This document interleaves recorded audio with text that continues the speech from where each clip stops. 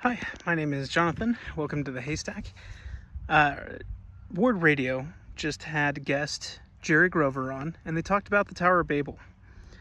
And let me tell you, I love Ward Radio. I love Carden. I love all those guys. I love Jerry Grover. Love all that work. If you haven't seen that video, watch it. Let me tell you why it's wrong. And let me offer you an alternative. So he's placing Tower of Babel about 2,400, 2,500, right? And talks about how mosquitoes and the sicknesses that brings due to the environmental changes happening at that time could have contributed to some form of lack of understanding and the changing of languages. Let me tell you why what I most definitively believe it is this is happening in Dynasty 3. This is about 2100 to 2000 BC. And you have the ruler Namu, who I believe is the key source of Nimrod and the Tower of Babel, who they had just beaten out the Gutians. Namu is with the king, or the current ruler, who had drove out the Gutians, and they took back Samaria, all that area, Mesopotamia. They go to inspect a canal with the king. Namu ends up coming back without the king. Thus, Namu becomes the new king. All right. After this, it sets off.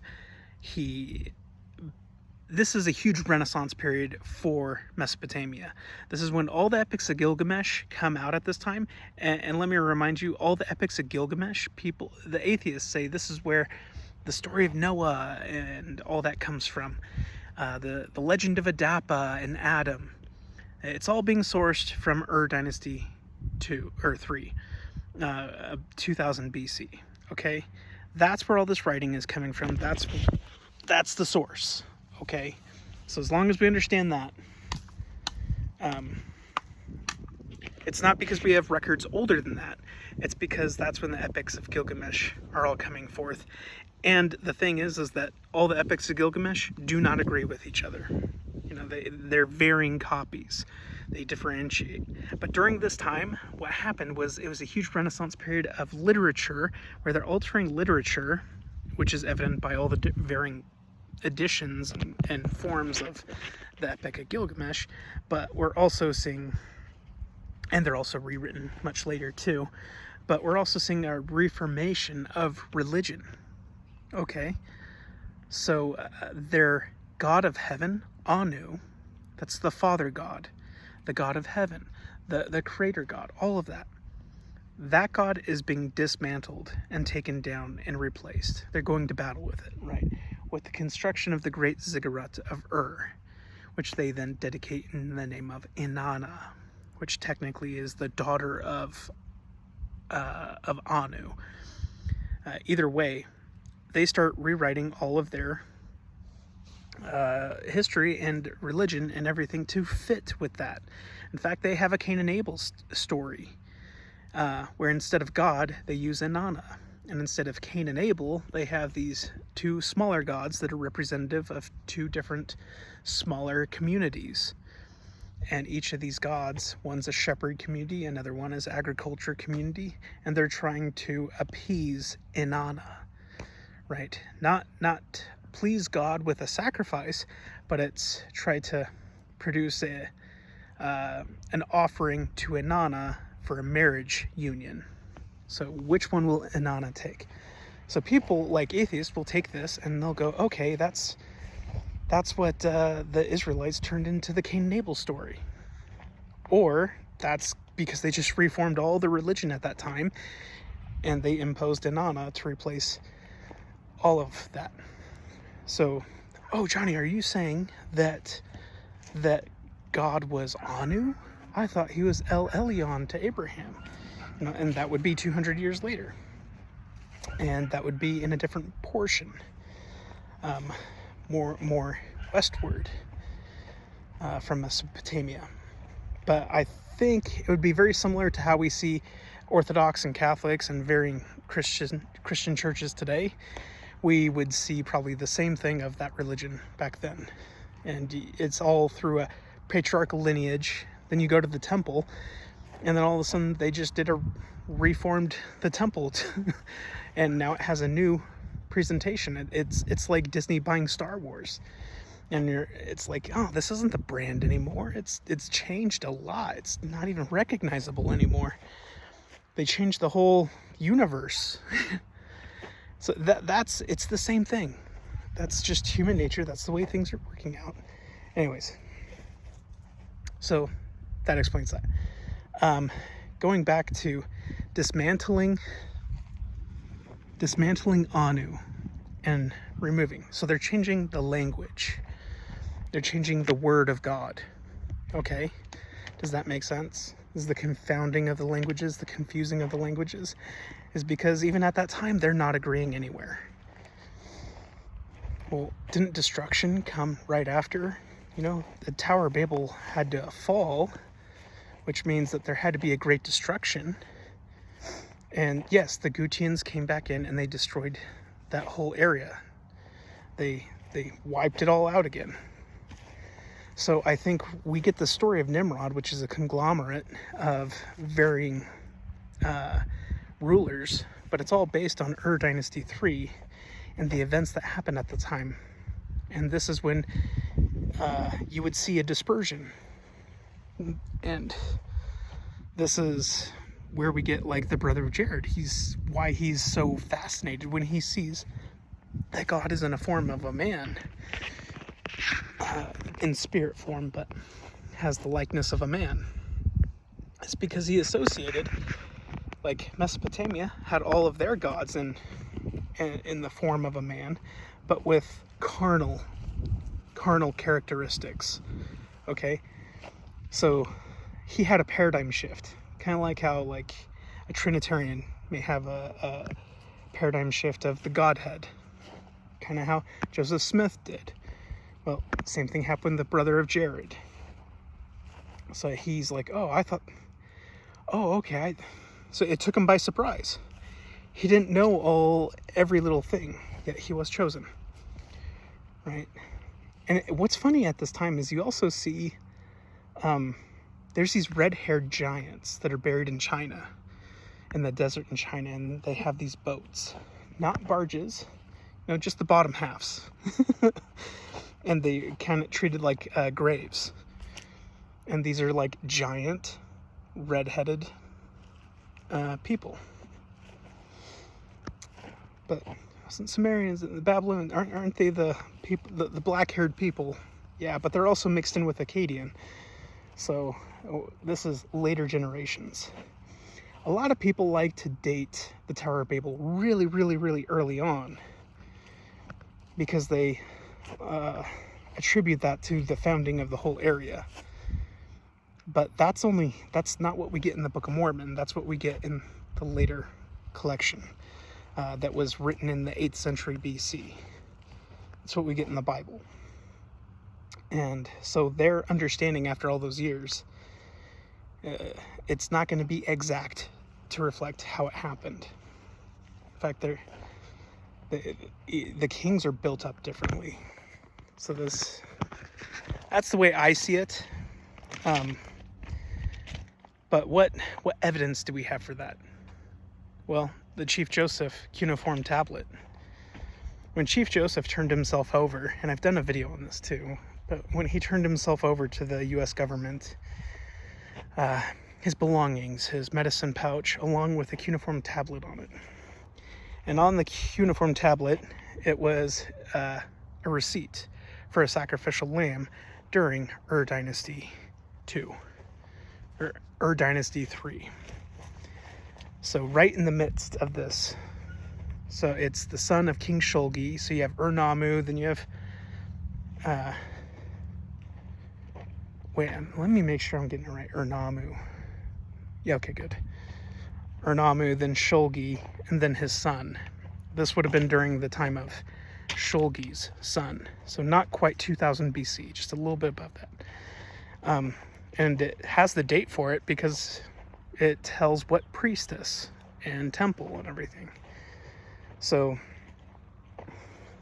but why would the Jaredites have a receipt for a sacrificial lamb from a false god temple?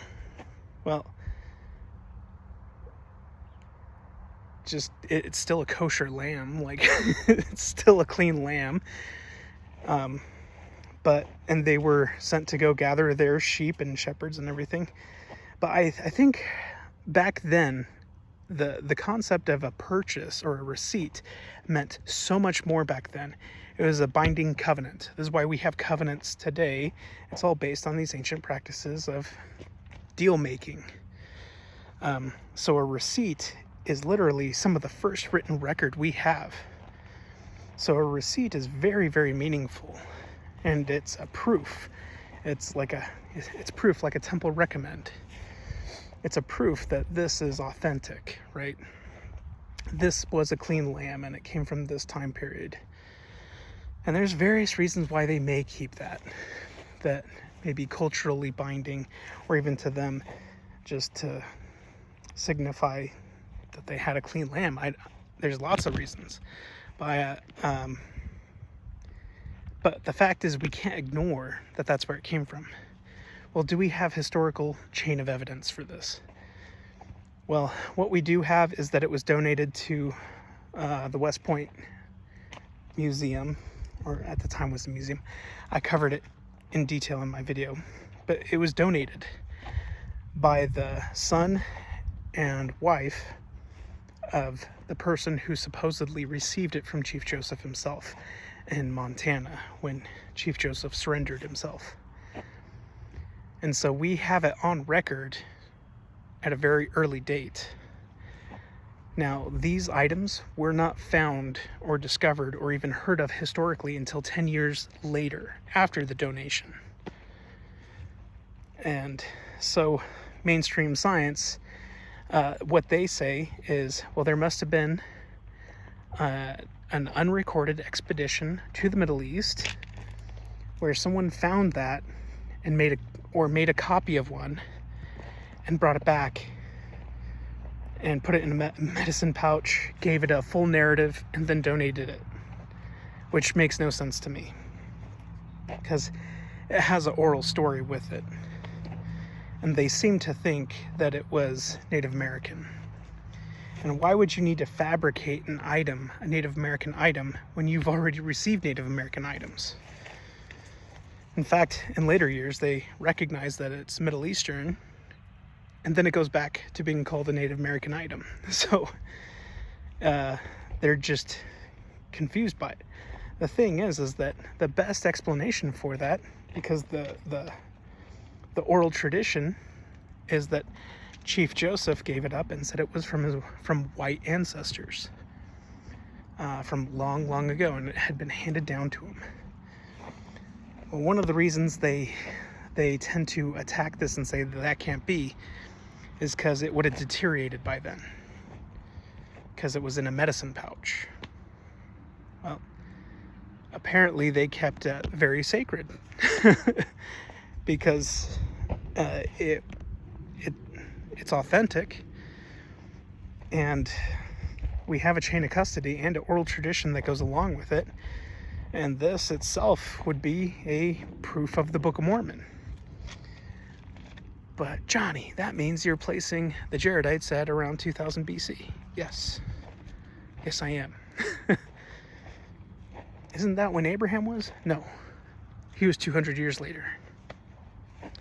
Well, how do you know that? Because we have historical synchronisms with Amraphel, king of Shinar, from Genesis chapter 19, being Hammurabi, because it matches his Amoritic name. We also have Terah, the father of Abraham. We have a Teru of Urkesh, which happens to be where Chaldea, or of the Chaldees, is believed to be, because the Chaldees didn't exist during the time of Abraham. But it's more of Ur-Kasdim. This is it was a city-state that was ruled by the king of Mari, Zimri-Lim, and Teru was appointed as the man of Urkesh. So he's appointed by the king of Mari. And the people rejected this guy. They hated him because he seemed to serve other gods or other kings. What do we know about Terah, the father of Abraham? He worshipped false idols. He worshipped false kings. We have that in the form of the facsimiles, saying that he worshipped false gods and made sacrifices to them. In a way, if that ruler is serving other kings and their gods, it could be interpreted and understood that way. In fact, in the facsimile, it shows crocodile, shows Sobek as the god of Pharaoh. Well, we do have synchronisms with letters between these kings, and the king in Egypt at that time would be Neferhotep, a Sobek worshiper. In fact, his whole family, it would be him or one of his family. He's in the letters, but he ruled after his brothers, and so his family's in there. This is all Egypt, Dynasty 13. And they worship Sobek. You have Sobek Hotep III in there. And so that's just a fun coincidence. But it says he was, that they did sacrifices on Potiphar's Hill. Come on, there's no such thing as Potiphar's Hill. That's an Egyptian name that came years and years later. Actually, Poti is a Hittite root. And Far is part of that as well. And I remember studying that and it blowing my mind. I'm like, oh my gosh. Anyways, so that's a Hittite root. They would have been in close proximity to Hittites. Abraham's wife is said to be a Hittite. So there we go. I mean, this is a lot of historical synchronisms. These are things that we can check for ourselves. But why is the timing different? Well, it's because people have a false tradition of interpreting the numbers in scriptures literally, even when the different varying versions of the Bible don't even agree on the numbers. So perhaps we should not make everything so literal all the time. Anyways, that is my jovial repartee of my response to mosquitoes causing the Tower of Babel. I think that's very clever, but we have far more practical things that we ought to consider. I know it's not as exciting. I'm not as popular either, but that doesn't make it not true. Okay? So maybe that's some more information, some more knowledge for you guys to pull from, for you to look into yourself and not just believe me just because I say. But learn for yourself. Anyways, take care.